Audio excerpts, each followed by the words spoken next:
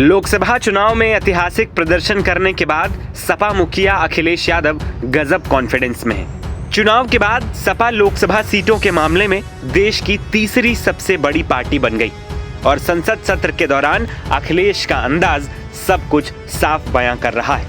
अखिलेश खुलकर सरकार के खिलाफ बोलते हैं और तंज कसने का कोई भी मौका नहीं चूकते नजर आते। बजट सत्र के बाद भी सरकार को घेरने में अखिलेश सबसे आगे रहे। ऐसे में इस दौरान सपा के बागी नेताओं पर अखिलेश के एक बयान ने राजनीतिक पारा हाई कर दिया है। दरअसल लोकसभा चुनाव के बाद अब बारी यूपी में 10 सीटों पर उपचुनाव की है। ऐसे में सपा के बागी जो बीते चुनाव में पार्टी छोड़कर गए थे, उन पर अखिलेश यादव का बड़ा बयान सामने आया है।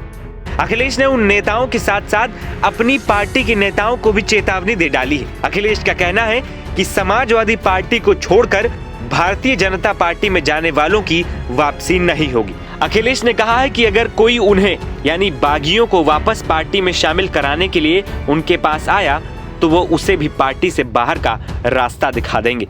यानी साफ है कि जो भी दोबारा सपा में वापसी का जुगाड़ तलाश रहे थे, उनके लिए अखिलेश ने सभी दरवाजे साफ बंद कर दिए। दरअसल राज्यसभा चुनाव में सपा के कुछ विधायक पार्टी से बगावत कर बीजेपी खेमे में चले गए, जिनमें मनोज पांडे, अभय सिंह, राकेश प्रताप सिंह, राकेश पांडे, विनोद चतुर्वेदी, पूजा पाल और आशुतोष मौर्य शामिल थे। इन नेताओं की बगावत के चलते सपा को एक राज्यसभा सीट का नुकसान झेलना पड़ा। इसके बाद बागी नेताओं को उम्मीद थी कि बीजेपी में उन्हें कोई पद जरूर मिलेगा, लेकिन ऐसा हो न सका, जिसके बाद अब चर्चा थी कि ये नेता सपा मुखिया अखिलेश यादव से फिर से संपर्क करने की कोशिश कर रहे हैं ताकि वो पार्टी में दोबारा वापसी कर सके।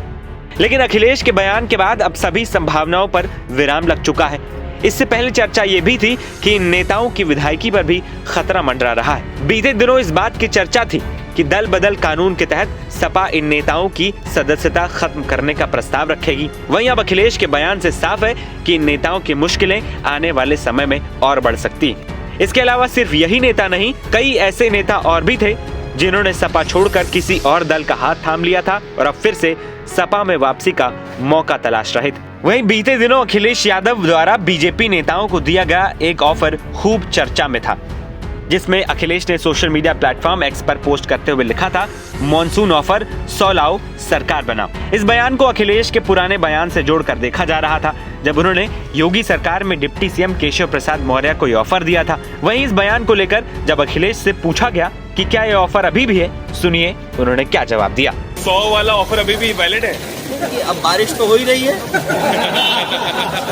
तो ये जो ऑफर है समय के हिसाब से फिर विंटर ऑफ चलेगा इसके बाद पूरे मानसून चलेगा। नहीं पूरे मानसून तो चलेगा। मानसून ऑफर का मतलब ही है मानसून ऑफर। और फिर आप लोग भी बात समझ रहे हैं क्योंकि उन्हें कुर्सी बचानी थी, इसलिए बोर्ड लगाया उन्होंने।